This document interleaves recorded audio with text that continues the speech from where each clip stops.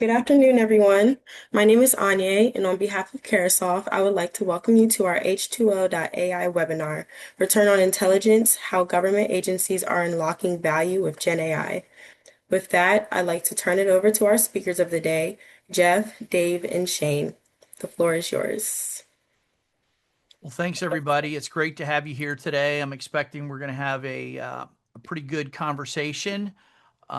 We've got some really good panelists here. I thought what we do is we'd let Dave introduce Shane, and Shane can introduce Dave since these guys have a little bit of a history, and I thought that would be a little more interesting. So, Dave, why don't you go ahead? Love to. Shane and I have been working together in this space for almost 2 decades together and often near each other. So, one of the things I like to say is like people who've gotten the t-shirts, Vice studying it are more important to me. So we've got a lot of t-shirts. Some of them say Log4j, some of them say SolarWinds, OPM breaches, and a ton of other ones. So Shane and I often talk about where things are going, whether it be artificial intelligence or other things. And what we're seeing is almost a repeat of history, right? And we think we'd be able to, during this process, help you understand where we think everything is going and how you can best put yourself in a position to maximize that. But Shane Barney has been at CIS for almost 20 years, right? A long time. He was a compatriot on the CISO Council and helped us correct a lot of the DHS stuff, including getting through the FISMA scorecard with big government and taking a lot of our input to improve the FISMA scorecard. Hopefully, we'll continue to do that even from the outside. Shane? Thanks, Dave. As Dave mentioned, he and I have been running around in these same circles for a number of years. Not that either of us look that. I mean, we are so youthful and energetic looking. Well, at least some of us are. But I think Dave's point is well taken. The thing that has hallmarked our relationship has been collaboration. There has never been a time in my career where I knew I couldn't pick up the phone day or night, weekends, middle of the night, 2 o'clock in the morning, didn't matter. Dave, I need your help. And his response would be, where do you need to meet? Do I need to bring shovels? And having someone who is a peer to you, who you respect, and having that capability on my side has been a tremendous value to me throughout the years. So, Dave, I publicly would like to thank you for that. But Dave left. He was with Homeland for a number of years. He's also been White House, DoD, and has bounced around to a lot of places that don't have names. And brings with him a tremendous value add in all those experiences, and not to mention a lot of great stories. I question whether they're all true, but that's okay. We're going to give him the benefit of the doubt. Um, but the one thing that hallmarks his career really is that service level. The willing to serve the mission. He and I are both mission people. We do mission. That's what we do.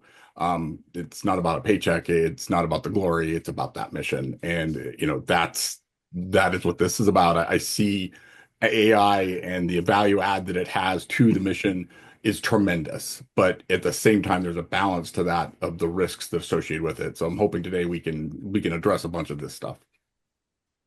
Yeah, that's great, Shane. I really appreciate that. And I think both you and Dave are good examples of what we're seeing in government, where we've got some tenure under our belt. We've been through cybersecurity, we've been through cloud migration, and now we're getting into AI and specifically generative AI and how organizations need to take a look at these new capabilities or emerging capabilities around the mission area. So as we were prepping, we said, well, let's put a little bit of meat on the bones here and talk about a couple of topics. So the first one I wanted to sort of put out there for you two to discuss is, decision-making frameworks for AI adoption, right? Where do you start?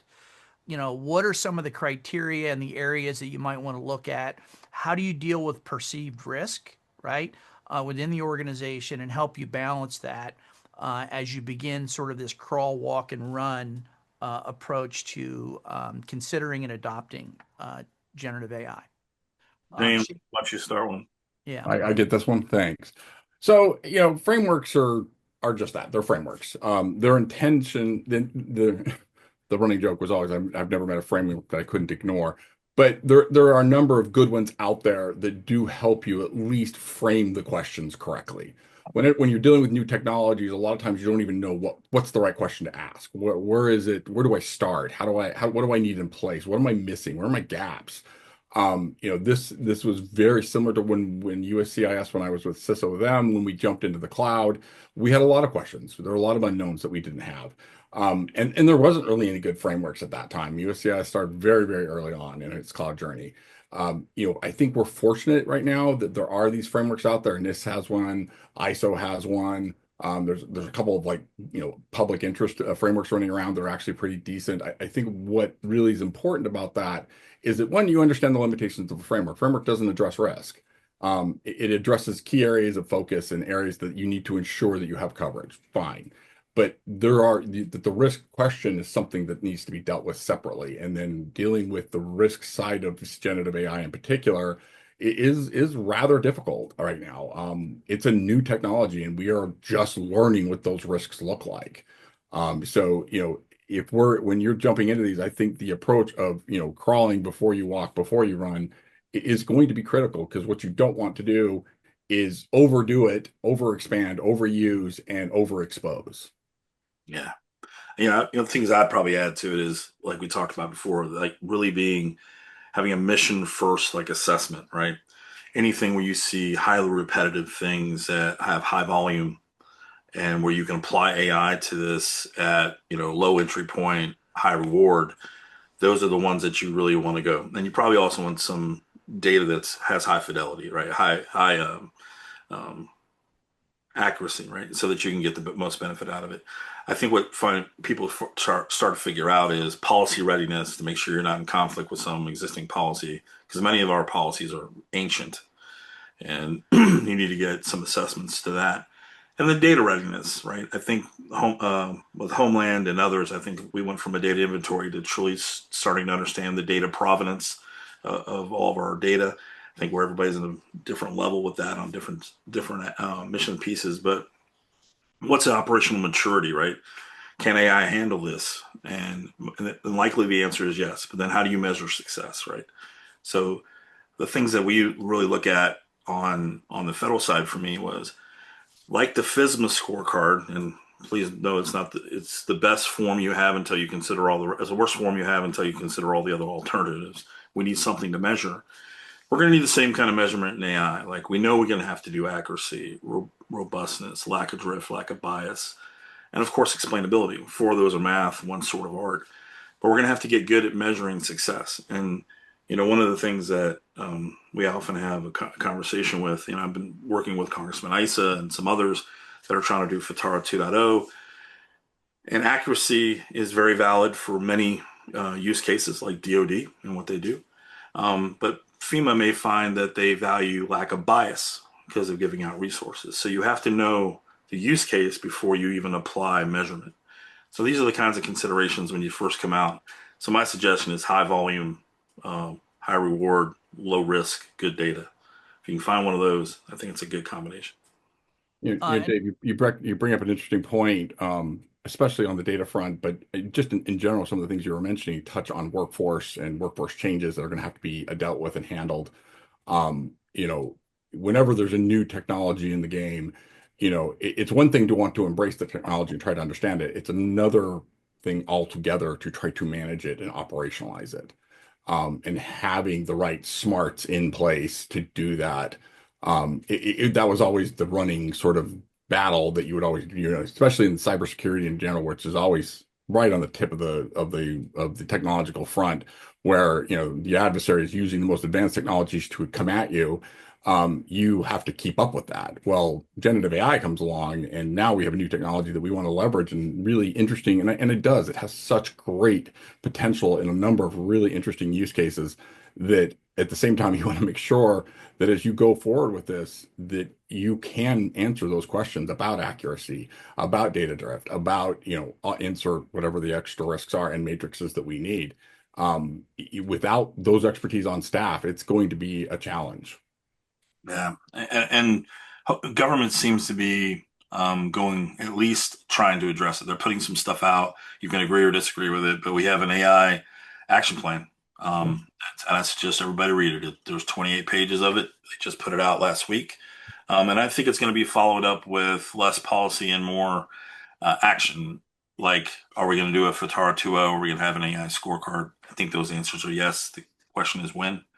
And then past that, what are they going to be the use cases and measurement when government adopts? So, And I think these are good points, guys. And as we're walking through this, sort of two things I'd like to get some comments from you on is what does success look like? Like, how do you establish that within an organization? And are there a new set of stakeholders that you're pulling together as you're rolling this out? Who are the key people that you need to make sure that you're including? And are there sort of some new players that maybe historically you didn't pull into, let's say, cloud migration or security and compliance, that kind of thing? I'm just wondering, an organization as they're pulling it together. Dave, do you want to start out with that one? yeah, my God, I keep going back to mission. If you can make mission happy, if you can solve mission problems, that's success. You can do all the back office stuff in the world, and none of it will matter if the mission isn't getting addressed or isn't improving, or quality of life or capability and service isn't improving to the American public. So my recommendation would be don't just go to the mission owner, try to get engaged with the people they're serving or the people that get the outcomes of what they do. Because often that's forgotten. And if we know what the end user is actually trying to get, we might be able to bridge the gap between the mission owner and them and improve things in a much better fashion. I think the stakeholders are all usually the same. I would just say I would reach out to the end user, and often that's the American public, and see if we can get some feedback. I'll give you an example. Like we uh, we have a thing called sam.gov, and it has good information, but it isn't. There's a lot of other applications out there that go out and help make better use of sam.gov. So I'm not putting sam.gov down. I'm saying that if they would talk to the end user, they might adjust some of their stuff. And I think that's what we need to do as technologists and leaders to be able to make sure that the end service is what's expected and maybe overachieving it. What do you think, Shane? Shane, Well, I'm kind of irritated because I had actually written that answer and sent it to Dave and asked his opinion. He just stole my whole answer. No, I am a mission guy. And anything that you do especially in the technology space, it's got to be an enabler of the mission.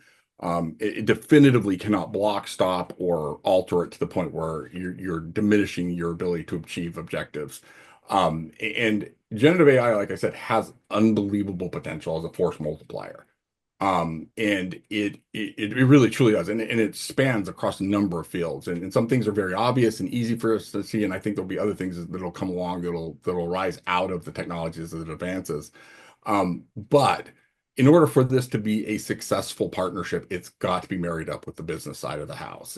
You've got to have those people at the table, and recognize that you're not going to solve the world hunger type issues up front, and in fact, you probably shouldn't. Start with something fairly low hanging. Start with something that's difficult to solve, but maybe not earth-shatteringly amazing it's not the coolest thing on the planet, but there's a lot of opportunities to learn from doing that. And then take those applications and take those lessons learned and apply them to the next step and to the next step. That a progressive way of going about it, in that side, a progressive sort of stepping into it, as it were, as a technology stack, is going to add tremendous value as you go along. You're going to help you understand where it really does apply to your mission, and where it doesn't, and where it just simply doesn't. Where maybe gee whiz, it's really cool, it's not adding value. It's not really making your mission go faster, quicker, better. Yeah, I think I think the thing we're dancing around is you got to be successful out of the box for your first couple times to gain trust with the mission owners and their peers. So when we say low hanging fruit, we want to do something that has a high chance of success early so that you gain trust with the mission space, that you can provide solutions that, you couldn't provide last year even. So, one of those things is how do we gain trust? And as a commercial organization, that we come to sell to the federal government, the biggest thing that industry can do is not sell anything that isn't ready for production. Don't sell a science project, right? You can work with the government to do brand new things that do test the edges of what we can do, and those I will call that working together to solve a unique problem that no one solved. But when you're selling stuff that's going to be used in a general fashion for the population that does that mission, you need it to be ready for prime time, and you have to get FedRAMP high, and you got to do those things to put yourself in a position of high trust. Yeah, and I think this is a little bit of a segue around use cases, right? Because the decision framework and defining what success looks like really goes to the use case. And we had a question here around, do I go and build something and then try to get use cases? Do I start with a use case? How do you sort of decide where to start? And what about, internally, what that investment looks like, right? We're not seeing a lot of line items for generative AI. They're using some of their cloud budget, they're using some of their IT budget to pay for this stuff. But um, any guidance in terms of how do you pick the use case, right? And part of what you guys hinted at is getting early wins. But any other guidance you want to provide in terms of where you get started? Dave, do you want to start with that one? I'm gonna give that to Shane. He was ready. All right, go ahead. No, I had an itch. No, I was thinking back to when I was still with CIS in the federal government, when we went through the use case sort of analysis. Like we looked across our enterprise to figure out where we were utilizing AI in some form or fashion, and whether they were kind of R&D projects or, and which we had quite a few of, or were they really production ready, go to mission kind of things. One of the first thing I noticed was our definition of AI was so broad that you could almost include everything from the spell check for Office to some of the most advanced generative AI solutions out there. So, if you're going to start establishing use cases, the first thing you need to decide is what does AI mean to your mission? I know, for example, as the CISO at USCIS, we started utilizing machine learning back in 2015. We were doing predictive analytics in 2017 and 2018. We were familiar with AI. We knew how to use it, and we knew how to use it in a way that it amplified what we are capable of doing as a security organization. What I think the real kind of thing that we're talking about here is not so much that. I think that's actually pretty well defined. I think really what we're talking about is generative AI use cases, and that's where I think you have to be very clear about what you're doing with it. Dave's hinted at this as well, that it's got to be directly driven at the mission, but it shouldn't be solving a huge gap in your mission space. You don't want this, lack of a better word, a waterfall approach to generative AI. What you really want to do is more of an agile approach where you take on a very minimal viable product and minimal viable solution out as an outcome. So you have something to say, okay, this is what we were trying to solve. It was solved or wasn't solved, or it was solved in a way we didn't expect. And what do we learn from that? And then you move on to the next mission case. So the use cases really should be very focused. It's small in impact, because if it doesn't go well, and the last thing you want to do is bring down the enterprise, or worse, take out a critical operation within the mission space because you're inserting some AI unit or AI agent in the middle of the mix. So you want to make sure that the impact of your mission is going to be limited. The impact to the security, your overall security of your enterprise is limited. Yet at the same time, you have an opportunity to see success. I think that's so critical, because there's nothing worse in IT, I think, when you work really hard on some IT solution and you present to the business, and the business goes like, well, yeah, that's a really pretty button, but I don't need that. Right. I needed this other thing. Yeah, Yeah. I think for me, like, it's a really good way to start this conversation. Like, I'm looking for something that's a pain for my mission space. Yeah. Usually, it's highly repetitive, and probably Gen AI can help out. The pitfalls would be something that has low provenance data. So you don't want to get in a space where the data isn't accurate, or bad data, bad output.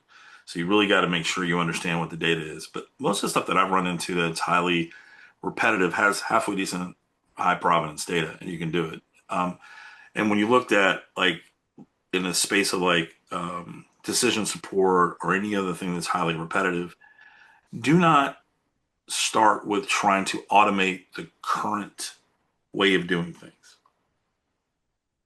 Try to sit down and look at the problem at the highest level, and Shane said, try to get down almost to a Kanban agile thing, where you sit there and say, I'm going to know this problem, we've defined it. We're going to try to apply agentic AI to it, and generative AI to it, and say, can we solve this broken down problem quickly, but not repeat the processes that you don't need to repeat that are in the current process. So be willing to revisit the overall process. Some of them in the federal government are stipulated by law, and you can't get around that, nor do you want to. But you can also do some things that are, I call, like things that we didn't think to solve in the past. I'll give you an example. Like it's like inference. In the past, there have been 7 federal government agencies that had something to do with how long do you boil a gallon of water before you drink it. There were 12 federal answers because even inside those organizations, they couldn't come up with a consensus of what the answer should be. So, putting it through generative AI and looking at inference, the results came back saying, hey, we think we brought it down to not 12, but 3, and they're all based on altitude. This time frame for when you're in sea level, this time frame at 5,000 feet, and this time frame at 10,000 feet. Just an example. They were able to the generative AI was be able to break through and provide a more simple answer that was logical and had, through inference, and greatly benefited the federal government in putting out how long you boil a gallon of water. It's something as simple as that. But if you followed the other processes, you would have never got to that because you wouldn't have used the inference.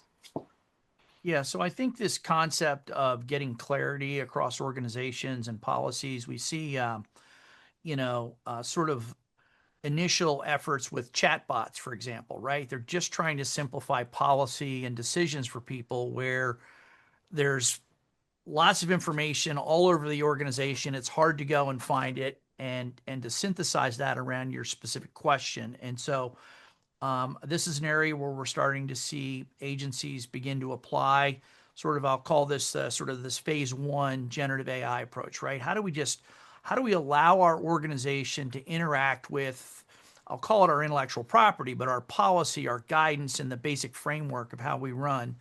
Another area, we've briefed hundreds of organizations here over the last several years, and manual tasks, right? So almost all organizations still have huge paper problems. So how do we help them either ingest and understand that paper? How do you take advantage of archived information and get smarter with regards to historical information and things like that? Shane, from a cybersecurity perspective, we're seeing use cases around cyber and automation really bubbling to the top. Do you want to Sure. talk a little bit about what you guys are thinking of at Keeper and what you're seeing with other agencies and how they're starting to think about it? So what I've appreciated about what Keeper is doing, Keeper started out doing primarily password management and now has moved into privileged access management. And a lot of the sort of intricacies involved in PAM associated with that. One of the things that comes out of that, one of the requirements for doing PAM is doing session recording. So in other words, when you're privileged access, when your privileged users go and access a device, you want to be able to record that session in kind of screenshots, every 1 second or whatever it is. And so that you have a playback capability to know what they did. Now that on the surface, that sounds great, right? Oh yeah, I really know what these people are doing. But if you've got 4,000 or 5,000, privileged users running around at various levels, and you're recording all those sessions, it's kind of meaningless, right? Because you're never going to have enough people on the security front to go back and look at all those sessions. Now, obviously, you're going to have some alerting based on actual log activity, but the idea behind the session recording is you might be able to pick up something that they were doing that doesn't seem right. But that would require a human to get involved. Well, Keeper recognized that problem and developed a Keeper AI solution to it, where they're leveraging generative AI to do that screenshot watch. It is capable of watching the screens and actually looking for anomalies. Of course, you can base it on various models, and you can use your own. You can use the more commercial ones. There's different options there. But that's a great use case where we're already doing something within the PAM space. Everybody agrees that session recording is a wonderful thing. But now I'm going to insert generative AI into the equation, and it's going to give you the ability to actually leverage those session recordings in near real time. It suddenly becomes part of your enterprise monitoring and alerting capabilities. That is a huge sort of game changer in so many different ways, especially as a CISO, to be able to leverage that kind of. Usually, session recordings for me in the past have always been after action investigations. In other words, the bad thing already happened. Now I got to go back and figure out what it is they did and what we missed and why logs didn't pick it up or what logging they turned off or whatever we missed. Well, now I have generative AI sitting off as that force mult. They're my kind of third party, SOC analyst sitting off to the side, watching all that session traffic and going, hey, wait a second, this guy Bob over here, it doesn't look right to me. It's not popping in the alerts, but it doesn't look right. Yeah. And all that is an alert. It gives the ability for the human eyes to get involved. And maybe you look at it and go, oh yeah, that's cool. That's normal for this type of interaction with this particular type of server or service or whatever it is. Or maybe you look at it and go, whoa, whoa, whoa, whoa, hold, pump the brakes there. That doesn't look like Bob. This isn't Bob. This is someone impersonating Bob and good on the session, good on the session monitor for actually picking up on it because it's something we wouldn't have seen because it was so minute and so down in the weeds that human eyes would have had a very, very difficult time just queuing into the subtle changes and be variations that it sees. Solar winds. Yeah. Exactly. That was solar winds in a nutshell. Yeah. And I think what's interesting is, the advent and introduction now of agentic AI with generative AI now allows you to, sort of encapsulate a little bit of that tradecraft, right, Shane? Like normally, Absolutely. right? So when and we always had this, always have somebody in the SOC who's really really good at certain things, right? Whether they're threat hunting or they're finding some other stuff, and our ability now to sort of codify how that is done and sharing it across the organization, I think is a really great way where organizations are starting to now think about applying this capability while still keeping the human in the loop, right? This is an area that we constantly hear people, oh, well, Dave talked about trust. You always have to be, have that discerning eye on there, but now you can start to have them get involved. And the cybersecurity use case, not just how you're using it, also comes up with regards to the platform itself. So I want to talk a little bit about sovereign AI, right? So I think the hyperscalers have done a brilliant job of really bringing these capabilities to market. But when you start sitting down with an organization, particularly in the DoD or the IC, there's no way that they're going to want to put that data out into a cloud, right? They really want to sort of keep it inside the wire, so to speak. So Dave, maybe you can talk a little bit about what sovereign AI is to you from your perspective and some of the things folks need to consider as they're starting to introduce generative AI capabilities into their environment. Yeah, really, this is so important. Like right now, there are many people that say they're sovereign. They work with other people that say they're sovereign, and it just isn't the case. There's some pieces of it, and I'm sure Shane will expound upon it. But for me, I want to make sure it's fully agnostic to an LLM, right?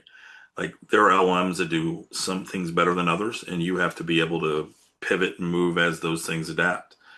You also have to know that you have full security on your data, that it doesn't leave and come back, or it doesn't leave and come back in a manner that you weren't comfortable with. But being sovereign is actually what builds trust in the overall product. If the organization knows that they can do it in a sovereign manner inside the wire with their data and it doesn't go anywhere, that is the number one ask that we're seeing from both federal government and commercial and international. They all want to make sure that they have full control over their data, and also that when they decide to pivot to another LLM or another model, that too is fully constrained inside of their space. And there's a lot of organizations and companies out there that want to pull data and give it back to you and that kind of thing. And as a former federal employee for almost 40 years, I would say that's not something I'm comfortable with, being inside the wire. So, sovereign is important. It's also like the most key piece that you have to make sure that when you do have answers, you know that it hasn't been tampered with and that you have the ability to measure inside the wire so that you don't have it hallucinating, because you actually can interrogate the model and you can look at the data and validate and have that human in the loop to make sure it's, the model isn't drifting or having some heavy bias. Shame. Shane? So, when generative AI first exploded onto the scene a couple years ago, I mean, obviously it'd been around for a number of years, but it really just, the press picked up on it, the tech environment picked up on it, and it just exploded overnight. And I remember when I was with the federal government director at the time said, "Hey, I need Shane, I need to look into this. I need you to look into the security of this. And what are we going to do as an agency? Obviously, we want to embrace this for the mission, but we want to do it wisely." And that's where I first started seeing this concept of sovereign AI. And originally, it was sort of being applied more at a nation state level. In other words, it'd be something the federal government would deploy.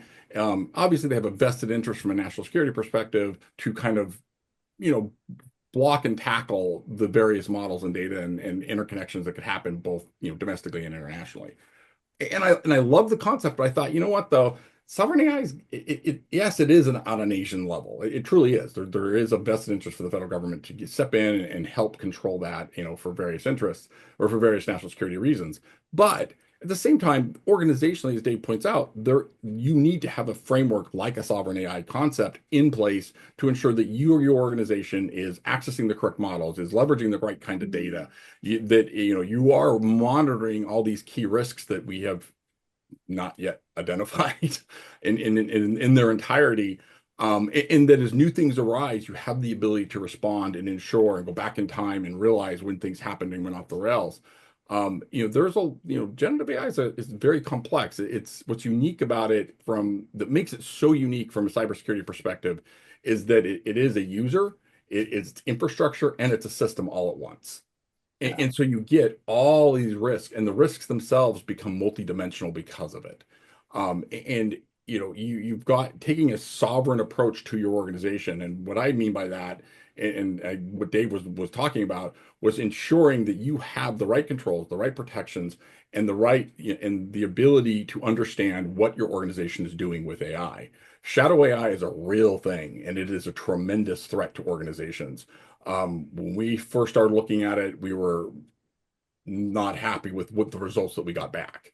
The models that were being accessed, the information that was flowing in and out of the agencies, it was a significant risk. Sovereign AI has the ability to step in and say, whoa, whoa, whoa, I'm okay if you go here, here, and here. I'm okay if you pull data, push data here, here, and here.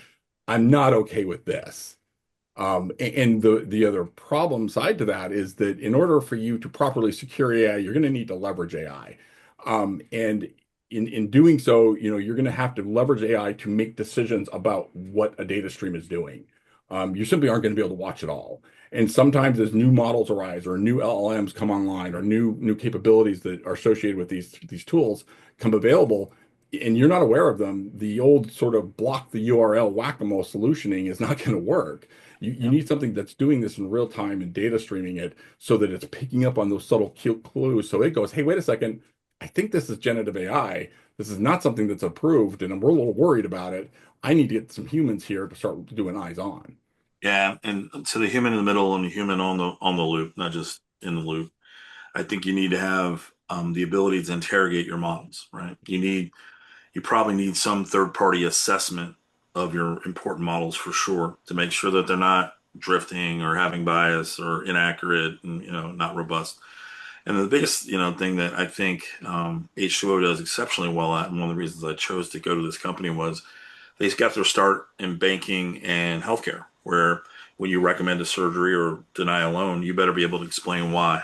And that also has to be interrogatable, where you can go and see what drove that math to make that recommendation. So, even inside the federal government, when you get outcomes, you still have to test those outcomes for Q&A. And I think a third party assessment or the ability to do it separate from the person or the organization building the model is key to the success of any outcome with generative or agentic AI. Yeah, and I think we talk about this all the time is we're still finding a lot of organizations that are in a bake-off mentality. They're trying to find the perfect LLM for their use case. And what we tell everybody is, listen, the perfect LLM for your use case today will literally not be the next one tomorrow, right? And Shane hit on this earlier. The number of tools and the number of specialized language models that are coming out is only going to increase. And so an organization's ability to to your point, Dave, is to, measure, monitor, interrogate, document, fully understand, can be non-trivial. And I think this is also going to drive adoption. It's going to drive trust in the system, so that if you make a recommendation, or someone shows up and says, hey, why don't you use this model instead of that one? You can say, well, actually, we've got a nice evaluation framework in place. We've run that through. Here's why we did or did not make that selection. We think that's a really important aspect and a capability that the individual organization needs to have, because Shane's network, his organization, and his mission is going to be different than mine or yours, Dave, right? And so I think that's important, and I think we're going to see open source continue to be really important, which is I need to bring these open source models into my environment, but that again creates an additional dimension of risk and other things that you have to weigh, which we think are really important. So as we think about that and the sovereign AI piece, Dave, obviously we're in FedRAMP High, right? We're in process for that. We're running a lot of stuff in air-gapped environments, and we're going to start seeing, I think, more and more sort of on-premise deployments. Do you guidance from talking to your AO, working with your security team, working with legal? How do you get people comfortable with the fact that all right, we're not going to send it off to the cloud. We're going to do all this in our environment as an organization. Any other dimensions or issues you want to talk about in that area? Just the ones that I've experienced lately. Like we've done everything down to a single blade in another country helping the U.S. government, right? And that was very impactful, and they're definitely going to grow that space. I do think that the FedRAMP High, which we should have here in 60 days or so, is going to show everybody we made the high watermark. And when I was a CIO and a CISO, I may not consume you through FedRAMP, but if you're FedRAMP high, I know you've met some certain criteria, and then I can look at the delta of what I need to put it in my space. And I there were very similar criteria, but I find most people don't understand that when it goes up to classification level, it's truly air gapped. So a lot of these controls aren't as important as the performance, right? Yeah. But when it all comes down to it for us is to make sure that the outcomes they would get, whether it be air gapped or in their own VTC or in FedRAMP, are exactly the same. That they are going to have similar capability on the outcome, maybe not the time, because if you have 20, GPUs pumping something versus 4, you're going to get a different outcome as far as speed. But consistency, interrogating the actual model and the model performing, and also for us, being able to have the ability to say, I want to be able to not have to have a really high-end data scientist do this. I want to be able to have some analyst that knows the data really well, operate and use software that leverages the ML and AI and agentic and generative. And I think that's our sweet spot, so that you have the actual subject matter experts on the data with very little training, get up to speed and do all the bake-offs in the background on the software so you can validate it. But right now, I think that's important. And Shane, I mean, privileged access management, when you get into generative AI, has a whole bunch of new dimensions that no one's thought about, right? Around prompt engineering, model access, usage, guardrails, and things like that. Do you want to talk a little bit about how you guys are thinking about that with regards to generative AI? So, with generative AI, there is, like we mentioned this earlier, that the workforce is going to change to go with that. And all of this new workforce under the AI umbrella, some of them will be sort of things that we've had around for data scientists, for example. They mentioned that. But there's going to be new AI engineers and AI model engineers, and there's going to be people who are focused in on AI applications that interact with those models and those large language models, especially, and help build them and monitor them and ensure that they're not poisoned and indexed and all the things that go into it. Obviously, that new workforce, that's all privileged access. those are the people who have the most critical ability to get into your enterprise that you want. And you want to limit that to the extent possible. You want to make sure that they are only accessing at the level that they need to access and no more. And when possible, you want it just in time. You don't, in other words, they should say, Mother, may I need to access the server for 2 hours for patching and updates, and then I'm done. I'm out. I don't need it after that. I want to be able to kill that access. I think with AI, that privileged access is going to become even more critical. The amount of damage that can be done with even a limited amount of access to one of those models or one of the back end data models, especially, is tremendous. None of us want to really think about what that would look like. Because I'm not even sure we would detect it on the front end, at least not at first, and it would be exceptionally difficult to undo once done. So, having that layered, very detailed approach to PAM and being able to restrict those accesses to the extent possible, and then couple that with this very advanced session monitoring capabilities, and advanced logging and auditing and all those things that go with that, that's a opportunity for success right there. That's where you're going to make the win. Do we know everything that we need to know? Probably not. Generative AI is new. MIT has a risk repository, they call it, that they've been developing over the last couple of years. They're up to 1,600 risks associated with generative AI right now. Some of Yeah. them are pretty standard. There's things you would see in systems all across the board, right? Because like I said earlier, generative AI is a system. But at the same time, they're identifying things that don't exist within any of the risk frameworks out there. And so having people with that mindset and saying, okay, we know what we know, but there's a lot we don't know. Let's make sure that the things that we do know and things we can control, let's do that. You're going to buy down, even if you don't understand all of the risk associated with it, Kind of buy it by down. having that level of control, you're going to buy down on risk. Yeah, and this really adds a whole bunch of new dimensions to the concept of insider threat, right? People were always worried about malicious actors, but because of all these variables and the different accesses that people have, mistakes are going to be made, right?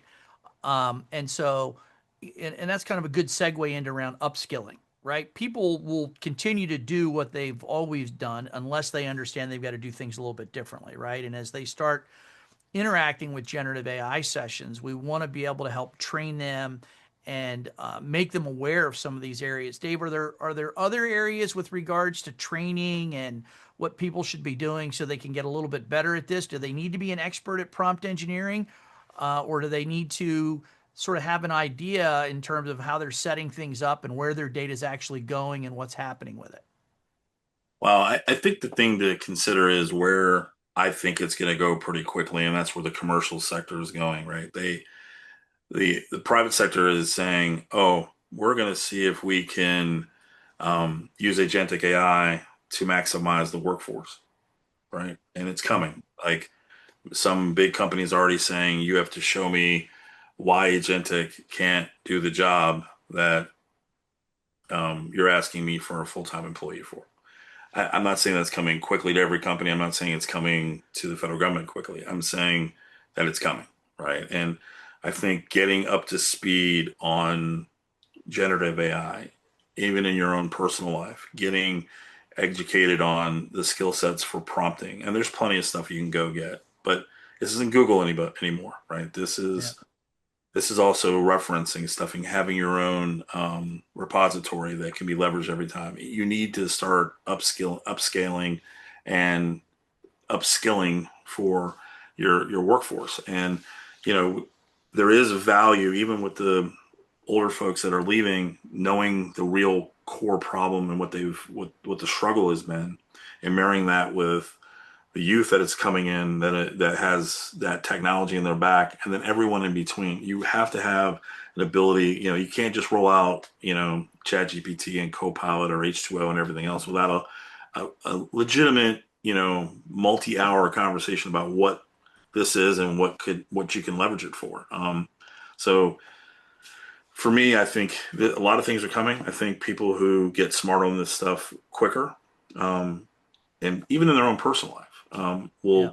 will be the people that everybody looks to when it comes to like how do we solve this and how do we do better, and part of that has got to be a education process. Yeah, I mean, this is an area that will become part and parcel with just knowing how to use Excel spreadsheets or PowerPoints, right? I think having a familiarity and an understanding around that is going to be essential. And I think, also there's a lot of folks that are worried about, oh, I'm going to lose my job. But the reality is we've got people that understand the mission and they're Yeah. they're doing a lot of manual, I call it pick and shovel work. And we have a customer, for example, that was just scanning paper faxes in, right, and handwriting numbers on them. Now you can take those four people that are probably pretty expensive and understand things, and let's put them into other areas of the mission that are more valuable. And I think that this is what we're starting to see from the administration with the executive orders. How can we how can we apply this, not like peanut butter, but in the right areas where it's really going to benefit budgets, the mission, and make us better? And I think it's an opportunity in certain areas, right? We work with certain agencies where their infrastructure, we were on a call yesterday, 12-year-old servers. They've got to upgrade in That's not certain. bad. I don't, that's not bad. Yeah. Oh, I do think Dave and I've seen worse. yeah, right. I've seen an A16 mainframe at USPTO. So Yeah. um, I think that the real thing is like, how do you insert the expertise into the model building itself, like through a fully supervised model or a semi-supervised model? And these are terms that everybody needs to be very familiar with. And also, when it comes to the federal government, what is an inherently a federal job, right? What's inherently federal? And that's actually a legal term that you can go look up, but that decides like, who's going to make those decisions and how you keep a human on the loop and in the loop and part of the beginning and the end. So, I think it's going to be about agentic and generative helping with volume, at least early on, and then moving on to more and maximizing, but we're going to have to reskill some folks to get there faster. Yeah, and I'll just use this a little opportunity to foot stomp. So H2O AI has a university. It's free. You can go in and you can kind of get a baseline understanding and certified if you want of both predictive and generative AI. It's a great starting spot for you to begin to develop a vernacular, an understanding of what's the difference between the two. As Shane said earlier, they've been using predictive analytics for over 10 years, and generative now is coming forward. And I think candidly, where we can marry predictive and generative is the real sweet spot. This is where agentic is helpful. And Shane, I don't know, from your perspective, we're wrapping up here. I want to be able to take some questions and answers, but um, are you guys thinking about agentic AI? What are some of the use cases that you see that you're excited about? I'm just curious. So obviously, as a company that it's focused heavily into the privileged access management space and password management, vault management, secrets management, there is a tremendous amount of value add for generative AI. What I love about Keeper's approach is they're not looking to take on the world. They're looking to take on very specific, very select use cases. I mentioned session recording earlier. That's an obvious, easy win. If we have managed to make that work. We're getting having it deployed, providing that level of capabilities to an organization it's an easy generative AI win. Giving them the ability to select their own model and being able to use internal, external, whatever they want to do, all that is just sort of icing on the cake. There are other use cases within the privilege model. I mean, we mentioned SolarWinds earlier. The SolarWinds attacks, they were one of the things that defined them was their ability to live off the land and hide in plain sight. They were so unbelievably good at moving through an environment in a stealthy manner that was below our ability to detect. And frankly, I swear we probably could have been staring straight at it and we wouldn't have even noticed. Yeah. Um, Plus, it was one of the happening during COVID too, right? Yeah, So yeah, oh, yeah, exactly. That's one of the things generative AI can do and do well. And on top of that, if you look at what and that's a privileged use. For us, SolarWinds was a privileged use thing, and that is something privileged users that you need to be able to do. You need to be able to defend, differentiate. Ooh, English is the second language. Yeah. Between a user, the behavior of one user and the behavior of the user. They're supposed to be the same user, but they're not, and that's a common attack pattern. Yeah. Being able to utilize generative AI to be able to do things at that level and that level of detail to pull the human into that loop, it really becomes like I keep mentioning the word force multiplier. I don't Yeah. want to replace my force. I'm not interested in that at all. I want to give them the ability to have better use of with the technologies that we have today and better use their time. Yeah. Yeah. I think Well, it's and I time for think, questions if we got them. Yeah. yeah. And so one of the questions is around deploying LLMs on-prem, right? So um, I'll take this as an opportunity for H2O. So effectively any of the open source models that are on Hugging Face, you can now pull in and host, in your own environment on-prem, fully air gapped. So that's close to 50 different large language models. That number is only going to continue to go up. And so I think this is an area where we give, and people talk about vendor lock-in. We talked a little bit about the speed of innovation around large language models. And it's really important for organizations to have the capability to apply generative AI, not just go buy a widget that does generative AI, right? And even the use case that Shane has, we may find that there's a large language model that's really good in banking for this privileged access management, but maybe a different one's better in energy, right? Or in Correct. healthcare. Excellent. And Yep. and as an organization, you need to have the ability to kind of swap those in and out very, very quickly, right? And so now, if you've written a big check and you want to have access to a closed source model, we can do that. But I think developing a capability for the organization where you can do that gives you maximum flexibility over time because this market's going to continue to evolve really quickly. So we got a question here in terms of if you're in the early stages of exploring generative AI, and Shane, we'll let you start. What advice would you give, folks in these organizations, people that are at leadership level? Because listen, we kind of scared everybody quite a bit today, right? We red pilled them on the risks. And what Dave and I talk about is risk is one thing, but you have to get started. This is not an area where you can be sitting on the sidelines for a long time. So do you have any advice for folks that are starting to think about how to do this? What's that crawl, walk, and run look like? We've mentioned a lot about upskilling and having the right people on staff, but a lot of the federal agencies and even commercial sector haven't had the ability or are only now starting to upskill and hire the people in the spaces that they need to be able to understand that technology and talk about it in a logical manner. Given that sort of limitation, I think my advice to any organization, federal or private, would be, first off, identify, we've talked about it multiple times, identify that really small piece of the mission set that you want to solve, that is solvable and meets sort of those criteria, some of the things Dave mentioned and I have mentioned. And don't try to take on the world and make sure that whatever it is, you have the right technology and the right skills on staff to understand it. These are all questions that don't always get asked. A lot of times we tend to jump into new technologies because it's so cool and we think it's going to solve all these problems, but we don't fully understand it yet. I really would encourage organizations to make sure you have that ability to understand the technology. And that's why that limited, very limited use case is going to be so critical here. Because, even if you mess it up, even if you really screw it up, you want to limit the blast radius of the damage. You don't want something out there exposing all the PII you have as a federal agency. Right. That's not something you want to do. You want to limit that to maybe publicly accessible data that would have been publicly accessible anyway. So if you accidentally messed it up, it's like, oh, whoops, we shouldn't have done that, but no harm, no foul because nobody was hurt from this. But we Yeah. learned a lot, and, Yeah. And and that's really critical. I think there's a lot of tendencies, and I'm as guilty of as any as this, is that we want to jump in and solve the really hard problems first, or the really kind of sexy, cool problems that are out sure. there because they're flashy and cool. But the reality is pick something mundane, pick something simple, and focus in that. It's going to save you a ton of money. You're going to learn a lot from it. And so then when you do go after the really complex, difficult things, you're going to have a lot better understanding of what you're doing. Yeah. You don't want to boil the ocean. And I'll go back to Dave's military background, right? It's the marksman's view: aim small, miss small, Yeah. right?